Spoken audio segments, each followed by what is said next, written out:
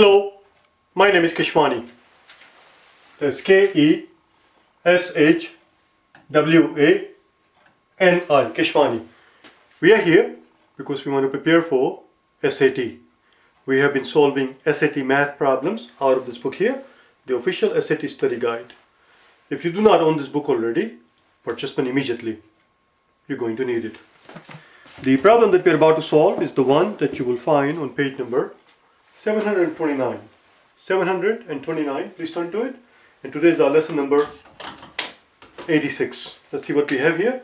This particular question has 16 questions and they are all of the same type. They are all multiple choice questions because they are all of the same type, as opposed to previous sections where we had multiple choice in the beginning and then halfway through they switched to gradient questions. But here they are all of the same type. They are all multiple choice questions. Therefore, the scale of difficulty continues from 1 through 16.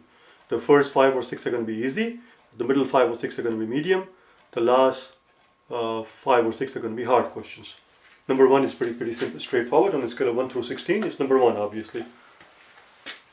It's 3 times, we are told that 3 times n minus 4 equals 18. And the question simply is, what's the value of n? Well, it's very straightforward. Divide both sides by 3. And this 3 drops out and we find that n minus 4 equals 6. And we add 4 to both sides. The 4 cancels out and n equals 10. Number 2.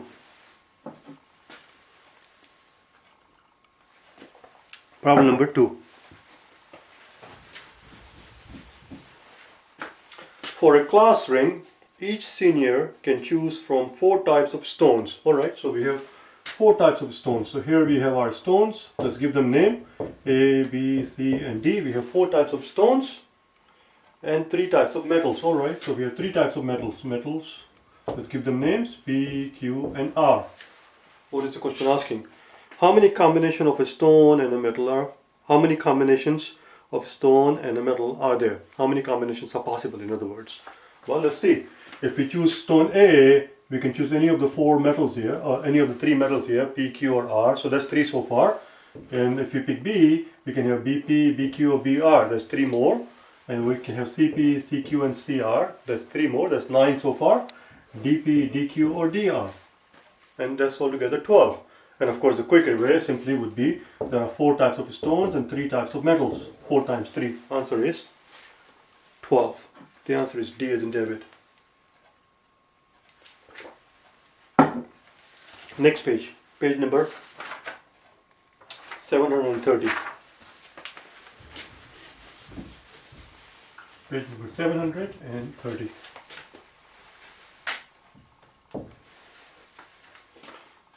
The sum of 3a and square root of b. The sum of 3a and square root of b. Now before we go into that, let's understand this particular concept here. What does it mean here? Sum of a and b. Sum of a and b. Or rather, sum of a. That's not what I meant to say. Sum of a and square root of b versus square root of the sum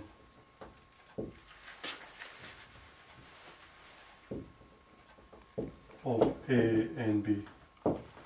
What's the difference? Let me read one more time. The first part says sum of a and square root of b. So here we have sum of a and square root of b. A and square root of b, and we are supposed to take their sum, a plus square root of b. That's what this is. What does this say? This says the square root of sum of a and b. Sum of a and b is a plus b. This is the sum of a and b. And we are to take the square root of the sum of the a and b. Square root of the sum of a and b, which would be a square root of a plus b. You see the difference? This is square root of a plus b. This is a plus square root of b. That's what we have to keep in mind. So let's see what we have here. So here we have sum of 3a. Sum of 3a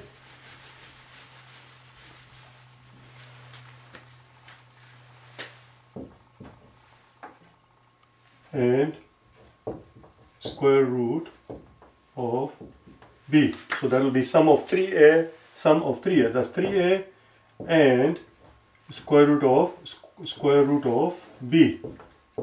And we're supposed to take their sum. That's what n means. So it's 3a plus root b. So the correct answer, whatever it is, has to have this on the left hand side. Has to have 3a plus square root of b on the left hand side, which means if you look at the answer choices, that rules out a and it rules out d and e. It's got to be either b or c. Let's see what the other side says. And on the other side we have is equal to, this part is equal to the square of the sum of a and b. Let's understand this concept also. The square of the sum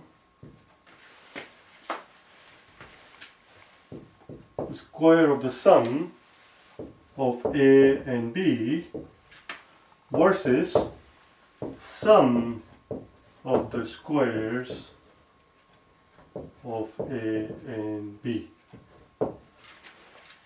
This part gives it away, it's plural. Sum of the squares of a and b. So here we're supposed to take the square of a and the square of b, and we are asked to take the sum of the squares of a and b. That's what this is, a squared plus b squared. What does this part say? Sum of the square of the sum of a and b. So here we're supposed to take sum of a and b first, and then we're supposed to take the square of it. That's what this is. That's what we're supposed to do here. The square of the sum of a and b is right here. That's what is given to us. It's not the bottom part.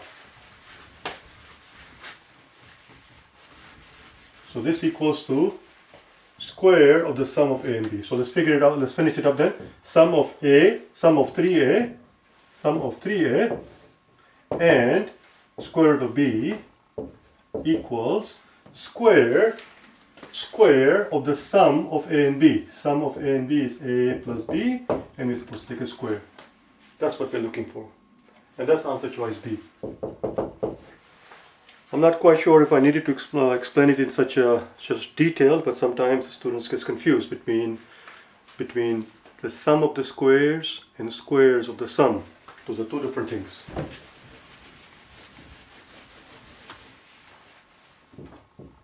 Sum of the squares versus the square of the sum. Those are two different things. Sum of the squares is exactly what it is. You take the square of a and you take the square of b, and they're sum of the squares. You see, this is the sum of the squares. This part, square of the sum, you take the sum a plus b and you square it. Those are two different things. Entirely different things. Entirely different quantity.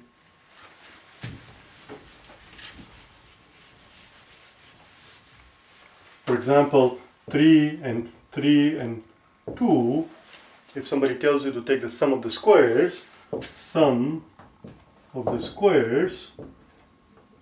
would be, well, you take a square of 3, you take a square of 2, and you take their sum. On the other hand, square of the sum would be entirely different. You take the sum, which is 3 plus 2, that's the sum, and you're supposed to take the square of it, which is entirely different quantity, as you can see. This equals 25. This is entirely different quantity versus 14. You see the difference?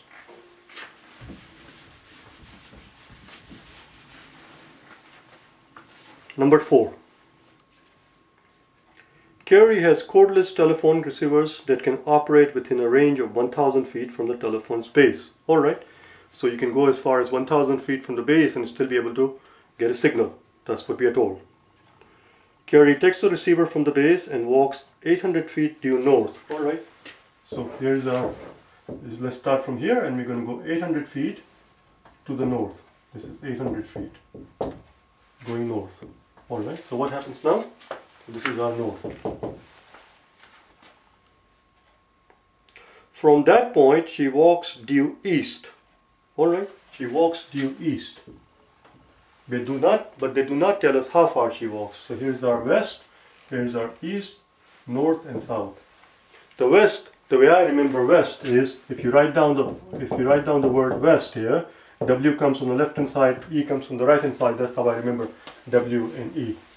And then north, of course, is up north. That's how we call it, up north, and south is down south. From that point, she walks due east. Alright, so she walks due east. She's somewhere here. We don't know how far from there. And stops at the maximum range of the receiver. Alright, so wherever she is, this is where she's farthest apart. She's 1,000 feet here. This was the receiver. Remember that we started from the base here. We assumed that she was right at the receiver. In which of the following directions can Carrie walk and still be within the range of the receiver? Well, can she go up north? Can she go up north? Excuse me for 1 second. Excuse me. The answer is no. She cannot go up north. She cannot go up north, because if she went up north, she will be out of range. As you can see, this was the maximum distance. She cannot go up north. Can she go south? Of course she can go south. South is fine. South is okay. This is not okay. Can she go west? Of course she can go west, because if she went west, she'll be coming closer to this point. So, north, south and west are possible.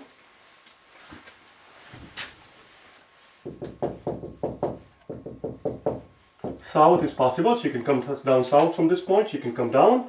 West is possible. She can come back towards west, towards this point here. Let's call this thing point A and point B and point C. If she comes west, she's going to be walking towards B, which is fine, but she cannot go up north. This is not X. This is up north I was showing here.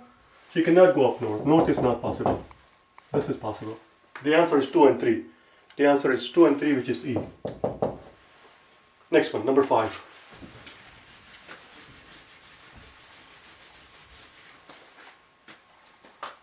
If x over 4 equals 2x over a, the question simply is, what's the value of a? What's the value of a? Well, that's pretty straightforward, very simple. You could do it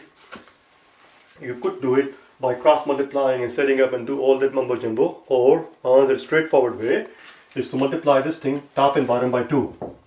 If you multiply this size by 2, since as long as you multiply the quantity as long as you multiply the fraction top and bottom by the same number, we are essentially multiplying this quantity by 1, because 2 over 2 is 1. We are not changing anything, so we can do that. It's allowed. Why are we doing this thing? Because now we have 2 times x, which is 2x, which is exactly what we have here. 2 times x is 2x. Now since the numerators are equal to each other, the denominator must equal 2. Therefore a equals 8. You see? Now we have 2x. What we have now is, on the left hand side we have 2x over 2 times 4, and on the right hand side we have 2x over a. Since the numerators are equal to each other, so must the denominator. A must equal 2 times 4 or 8. The answer is A. Next one. Last one, number 6. Problem number 6.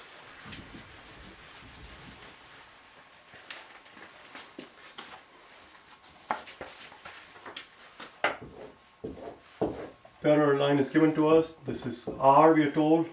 This is U, T and S. Angle U, T and S.